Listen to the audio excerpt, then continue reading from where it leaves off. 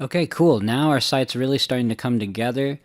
Let's go ahead and change this navigation menu so that it's dynamic. And what I mean by that is we'll be able to go in from the admin section. So I'm going to command click on this right here. You can also right click and say open link in new tab.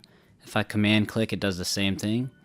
And it takes me to the admin screen. And remember, if you were logged out of admin, and I'll simulate that. So if I click this log out, it would look like this, and your website would have looked like this. Okay, and this is what it's going to look like to the public. But if you were logged out, you would want to go up here to your URL and then type in, and remember your URL is going to be different from mine, type in /wp-admin, okay, and hit enter, and you'll be taken to that login screen, and then just simply put in your information that you used when you set up WordPress and installed it. Okay, so what I'm talking about here, I'll click that to go to the site. Okay, so we have the admin tab open here. We've got the main site for the public open here.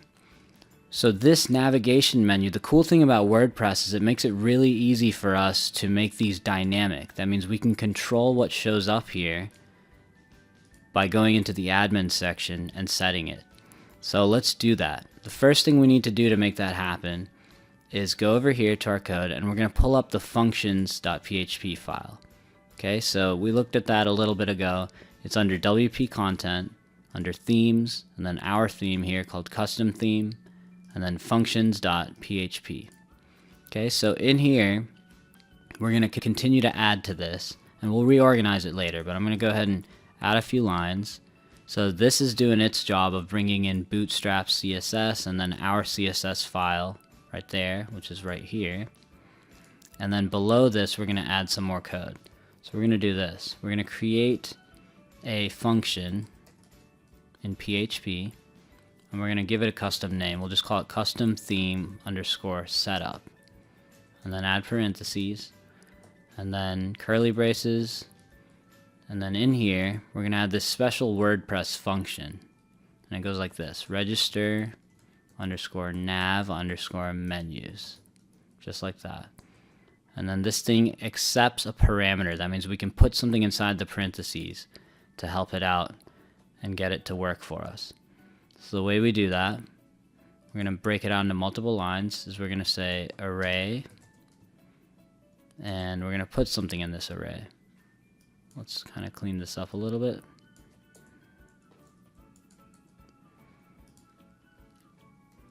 And we're just going to say primary. We'll just call our navigation the primary navigation here. We're going to set it equal to 2 underscores, and then parentheses. We'll say primary menu.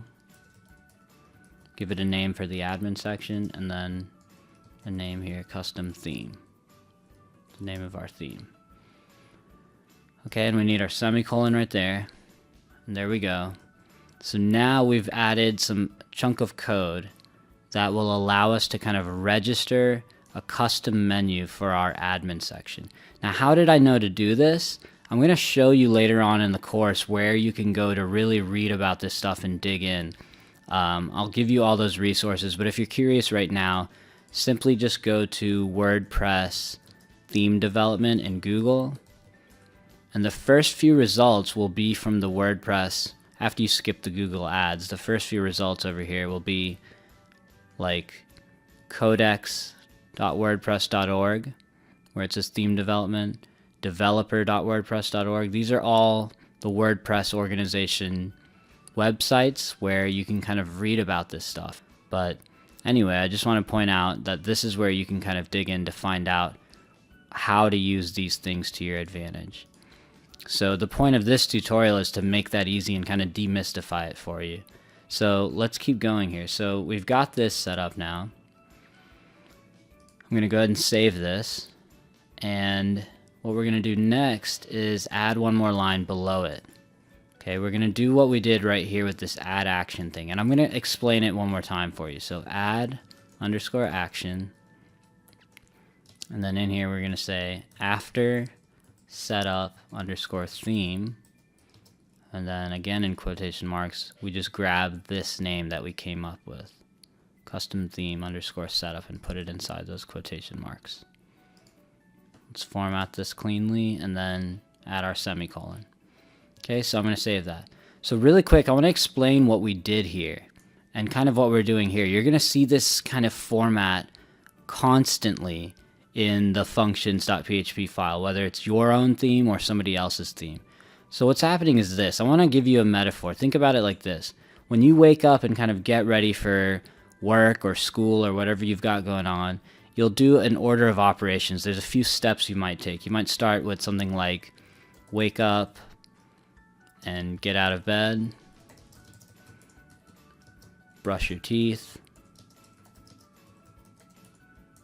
take a shower, eat breakfast, so on, right? So the point is that there is a sequence of events that happens, and WordPress is the same way. Whenever we refresh or whenever we load it up on a browser or somebody hits our site, what's happening is a sequence of events goes off. And one at a time, these things happen all in a split second before this page even loads. And we don't see it happen because the internet loads this data so fast in most locations. Now, here's the thing. What's happening here with these functions is that we are able to kind of jump in and hijack one part of this sequence of events and then add our own custom event. So for example, going with this metaphor, we could jump in where you brush your teeth and say, oh, also, let's do something custom today. We're going to allow you to also use a new toothbrush that is electronic. So it's a silly example just off the top of my head. But what I'm saying is that these may be your normal routine, those two and these two, but we can jump in and add a new routine, a new part of your routine. And that's what we're doing here. What we're saying is that when you do this add action line right here, the first thing you're passing in, the first set of quotes, these are established WordPress kind of hooks, as we call them. So those would be the equivalent of brush your teeth. This one would be the equivalent of enqueue scripts, so something like that. One of these. It's just one of your standard ones. The one on the left is always something that WordPress is already doing. Okay? The one on the right is our custom code, and you usually write it just above it, right there. So we just wrote this function. We said we also want to do this when this happens. So when someone brushes their teeth, we also want to do this custom bit of action. And that's what's going on when you use this add action. You're saying, okay, when this happens, when WordPress loads this up by default, because we know this happens at some point during the load up, well, we want to jump in at that point and hook in and do our thing, which we define right here. Okay, so that's a breakdown of how add action works, and I just wanted to really dig in and clarify that. So how would I know where to get these? Again, you go to the documentation and you'll see that there are just a few key hooks. In fact, I'll show you exactly where. If you search for plugin API hooks, WordPress, if you search those 4 words in Google, you'll find a web page called plugin API/hooks, and they'll give you an entire list of the action reference right here. And you can kind of go through and see what each of these do and kind of when they happen in the sequence of loading up. And there's an admin side and then there's your public side. Just like we have an admin side here that loads up and then the public facing side over here. Okay, so I just wanted to make that clear. Okay, and this is only part of our custom nav. We're going to add a little bit more in the next video.